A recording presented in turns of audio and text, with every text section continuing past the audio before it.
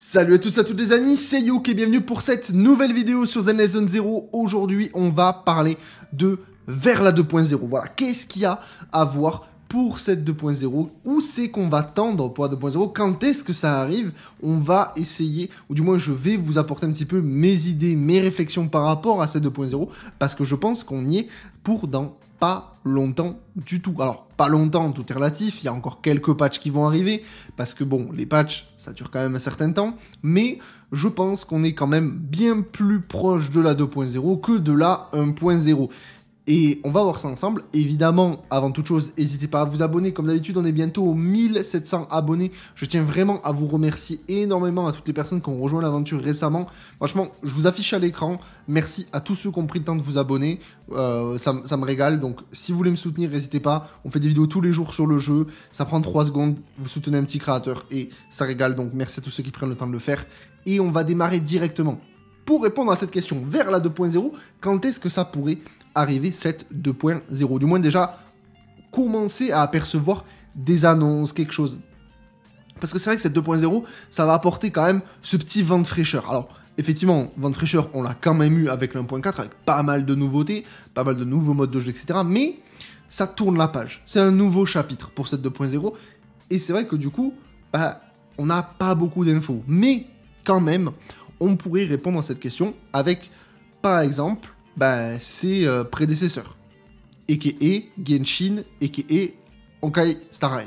Et en fait, ces deux jeux, de ce qu'on m'en a dit, de ce que j'ai pu discuter, tout ça, on a eu le passage en 2.0 après la 1.6. Donc, techniquement, si on se fie à ce qui a déjà été fait auparavant sur les jeux respectifs, la 2.0 arriverait quand même très rapidement. C'est-à-dire qu'il resterait 2 patchs, hop, c'est bouclé, on passe en 2.0.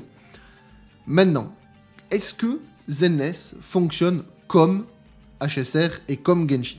En fait, oui, en globalité, mais pas tout le temps. C'est-à-dire que on voit que Zenless Zone Zero est un petit peu le labo. Voilà, on voit clairement que c'est un labo où ils aiment bien faire des expériences qu'ils n'ont pas l'habitude dans leurs autres jeux. Et c'est trop cool, hein, d'ailleurs, soit dit en passant, parce que du coup, quand ça marche pas, ils reviennent en arrière, et quand ça marche, c'est trop bien. Et qu'est-ce qu'on voit dans ce système? Dans ce système, depuis la 1.0, et encore une fois, ça nous a donné la confirmation l'autre soir, vendredi du coup dernier, avec le live de la 1.5, c'est-à-dire que Zenless fonctionne par 2 patchs. C'est-à-dire que la 1.0, c'est, bon, on va dire le jeu de base, mais donc c'est une mise à jour majeure, et la 1.1, donc la mise à jour d'après, c'est un patch filler. C'est-à-dire que, qu'est-ce qu'on entend par filler? C'est une mise à jour qui n'apporte pas de trame principale, qui n'apporte pas de scénario, le scénario ne continue pas. Par contre, on a une quête un petit peu filler, où on va suivre un petit peu la trame, et ça va permettre d'amorcer pour le chapitre d'après. Par exemple, on avait eu le filler de Jane en 1.1, qui n'était pas la suite de l'histoire. Mais ça permettait d'avoir ce petit filler pour entamer derrière plus tard la 1.2 tranquillement. La 1.2 qui était du coup ce patch majeur avec la couronne extérieure où on a pu aller faire tout ce délire de la course en moto, etc. Bref, je fais pas le speech et j'ai pas envie de spoil dans cette vidéo, ce n'est pas le but. Mais on termine cette 2.0 avec donc du coup ce patch majeur là, enchaîner cette 2.0, cette 1.2 pardon, avec ce patch majeur là. 1.3, on était sur un patch filler avec l'histoire, tout ce qui est Yanagi, section 6 pour amorcer le patch majeur de la 1.4 que vous avez tous probablement fait quand même énormément je dirais, avec du coup la trame principale qui était vraiment trop stylée, et là maintenant on se retrouve là. Voilà, on se retrouve là, la 1.5 arrive très prochainement, la 1.5 qu'est-ce qui se passe? On a un patch filler. Voilà. On a un patch filler, ça a été annoncé, alors ils le disent pas comme ça, c'est comme ça que nous on l'appelle entre nous, pour vraiment schématiser, gros, voilà, faire vraiment le truc. On a un patch qui est beaucoup plus costaud, avec beaucoup plus de nouveautés, etc. Mais à côté, on a la suite de l'histoire, et à côté on a un patch un peu plus maigre, avec un peu moins de contenu, moins d'histoire, on n'a pas la trame principale, mais ça permet de patienter pour le patch d'après. Et attention, ça veut pas dire que le patch est mauvais, il y a toujours des trucs intéressants à faire. Vraiment, je le précise parce que la 1.1 par exemple était vraiment cool. Voilà. Là on arrive sur cette 1.5. Déjà la 1.5, déjà au vu de comment il n'y a pas la suite de l'histoire, on est clairement nouveau, ça continue sur ce patch filler.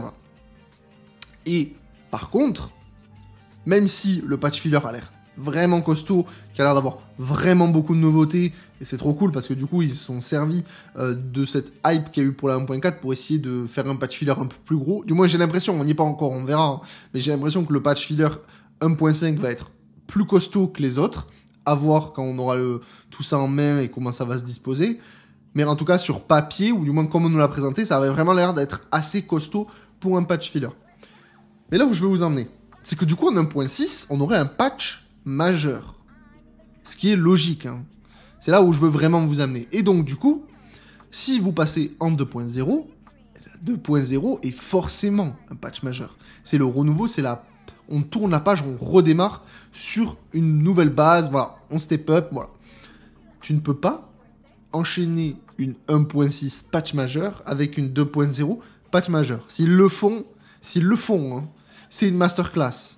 Alors voilà, je dis pas que je vais avoir 100% raison hein, dans cette vidéo, c'est vraiment mes idées, mes réflexions, et d'ailleurs, dites-moi ce que vous en pensez dans les commentaires, je peux me tromper complètement, c'est le but de la vidéo, voilà. On réfléchit ensemble, c'est toujours cool. Donc cette vidéo, elle a vraiment pour but de réfléchir à ça, donc voilà, n'hésitez pas à partager ça, vos idées, ce sera avec plaisir que je vous lirai.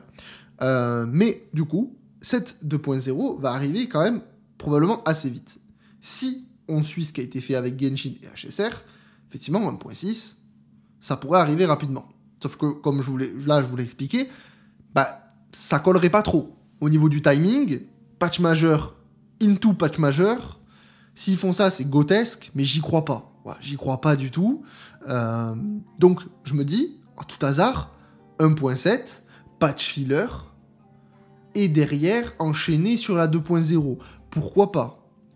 Et autre chose qui me fait dire que ça n'ira pas après la 1.6 directement 2.0, qu'on passera probablement par une 1.7, parce qu'on ne peut pas se fier à ce qui a été fait sur Genshin et HSR, et je prends comme autre exemple les reruns. Les reruns, que ce soit sur HSR et sur Genshin, ont tous démarré en 1.4. Zenless fonctionne différemment. Zenless, premier rerun, 1.5. Voilà, comme ça, ils ont bien fait comprendre que c'est eux qui décident, ça fonctionnera pas pareil. Alors, on reste quand même dans cette tendance-là. Hein. Il y a des idées qui sont piochées, la base du fonctionnement reste la même, mais sur des timings, eh ben, le jeu nous fait comprendre qu'en fait, ils peuvent complètement changer la formule s'ils veulent, et c'est ce qu'ils sont en train de faire, de pouvoir jouer un petit peu tout ça. Donc, ça sert à rien de se dire, ok, mais on va faire comme Genshin HSR, passer le 1.6, c'est bon 2.0, premier rerun 1.4, on a tous faux. On s'est tous plantés, 1.4, on a tous dit qu'il allait avoir Hélène, on a tous cru qu'il allait avoir Hélène, on s'est tous foirés. Voilà. Donc, maintenant, elle arrive à 1.5. Et en plus, il y en a deux. Donc vraiment, on peut pas se fier, on peut pas trop comparer. Dans l'idée générale, on peut, mais vraiment, sinon, on peut pas trop. Donc, pour moi, on est plus proche de la 1.7 into 2.0. Ça me semble plutôt logique de fonctionner comme ça, de terminer cette version 1 du jeu avec le patch 1.7 et de passer après à la 2.0. Mais alors du coup, là où il y a une autre problématique, et c'est là où c'est intéressant, serait de se dire, mais alors, qu'est-ce qui va arriver ? Parce que là, aujourd'hui, Zenless Zone Zero nous laisse complètement dans le flou entre ce qui va arriver. Qu'est-ce qu'on sait qui peut potentiellement arriver dans le jeu auquel on n'a pas forcément d'infos. Je parle de vraiment la base qu'on connaît, qui nous manque sur le jeu, et les théories. On a les 3 idols, qui sont pas encore là. Je parle pas de faction ou quoi que ce soit, mais il nous manque ces persos-là, ces 3 persos. Il manque Obol. Obol, la faction de soldats, la pauvre n'existe pas. Donc, pour l'instant, il manque cette team-là. Il manque la team de Vlad, les oiseaux moqueurs. Est-ce que ça va arriver en version 1 ? Ça, on ne sait pas. Mais il manque ça. Donc évidemment, on a eu un teasing, et d'ailleurs si vous n'avez pas vu la vidéo, n'hésitez pas à aller voir, où je vous montre que dans le trailer de la 1.5, ils ont caché 2 personnages, qui vont potentiellement être des personnages jouables. Mais À part ça, on est vraiment dans le flou. Alors, ça fait quand même un moment qu'ils nous teasent au bol dans le jeu, que ce soit par des événements, par des petits teasings à gauche à droite, mais ça fait aussi quelques temps qu'ils commencent à nous teaser les oiseaux moqueurs, avec Vlad. Donc, je me dis, ça peut être une très bonne occasion de faire venir Vlad rapidement, avant en fait, de passer en version 2. Parce que pour moi, au bol n'arrivera pas en version 1. Voilà, je vous le dis, je n'y crois pas. Pour moi, au bol, il se le garde pour la version 2 du jeu. Pourquoi je vous dis ça? Alors, là, on est vraiment dans des théories, hein, c'est vraiment mes idées, encore une fois. Ce qui me fait dire ça, c'est que ils nous ont dit dans l'histoire que la section 6 est rivale avec Obol. Ils sont en rivalité. Mais quand tu as Miyabi dans le lore qui est extrêmement puissante, bah, si tu es en rivalité, c'est qu'il y a quelqu'un qui te tient tête, ou du moins qu'il y a concurrence, il y a concours en tout cas. Il y a une petite rivalité. Donc, c'est qu'il y a du challenge. Et comment tu peux avoir du challenge contre Miyabi? Qui est aussi puissant que Miyabi en vrai? Qui peut être aussi badass?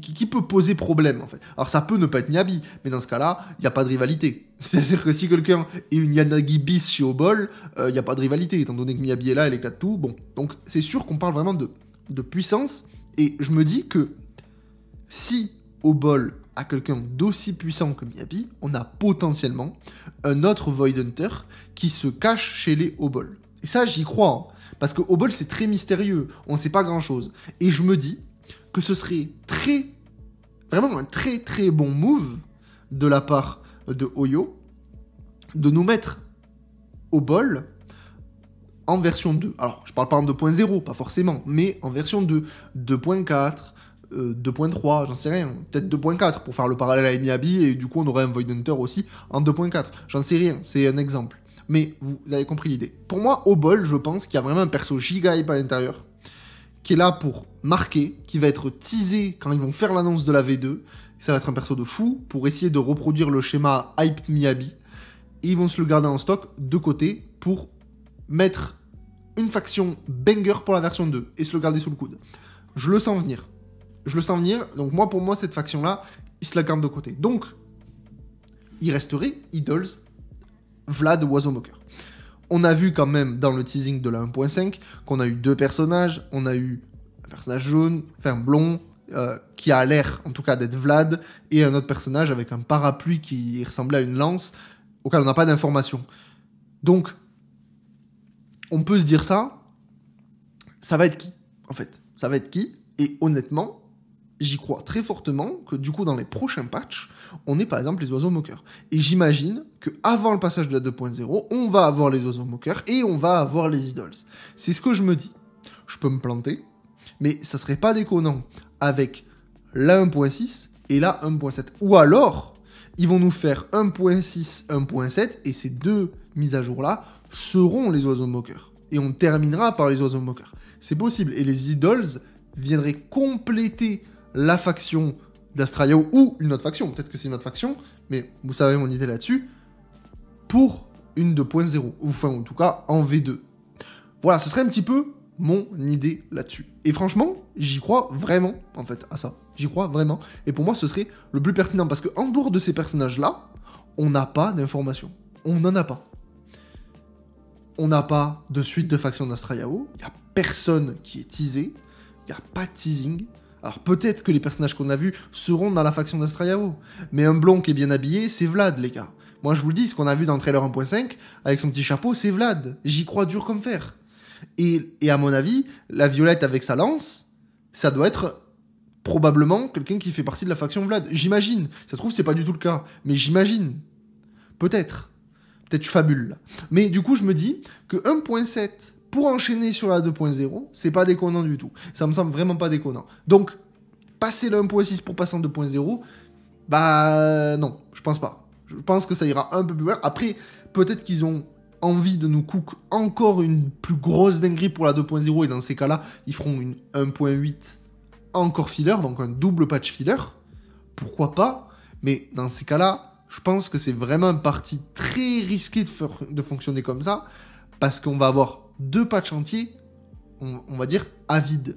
Alors, on aura du contenu, tout ça, évidemment, mais 2 patchs où on n'aura pas... En fait, on saura qu'on est sur la fin et on va essayer de gratter pour passer en 2.0 et pondre une dinguerie. Mais c'est un parti pris compliqué de faire ça. Un double patch filler pour enchaîner sur un banger. Surtout que la 2.0 sera jamais la mise à jour hype de l'année. Ça va être sympa, ce sera pas la mise à jour hype. Ils vont se la garder comme la 1.4. La mise à jour hype de la version 1 de Zen Legend 0, c'est la 1.4 et c'est pas la 1.0. Voilà, c'est logique, c'est comme ça. Voilà, c'est Miyabi. L'effet Miyabi. Donc dites-moi un petit peu ce que vous en pensez de tout ça. Honnêtement, moi j'y crois à ce passage de la 2.0 après la 1.7, avec du coup l'occasion de faire rentrer les oiseaux moqueurs avant de passer en version 2, parce que là, Vlad, on nous le tease beaucoup trop, je trouve, dans le jeu, pour qu'il soit pas mis avant la version 2. Je pensais vraiment qu'ils allaient le mettre après, mais vraiment, plus je joue, plus j'y réfléchis, plus je vois les teasings, et là, le teasing 1.5 qui m'a convaincu, vraiment, j'y crois, en fait. J'y crois, je pense vraiment que c'était Vlad qu'on a vu, et je pense qu'il va arriver avant la 2.0, et du moins, on passera du coup en 2.0, après la 1.7. Voilà. Dites-moi ce que vous en pensez dans les commentaires. En tout cas, n'hésitez pas à vous abonner comme d'habitude. On est bientôt au 1700 et nous on se retrouve demain pour une nouvelle vidéo sur Zen Zone 0. Ciao, ciao.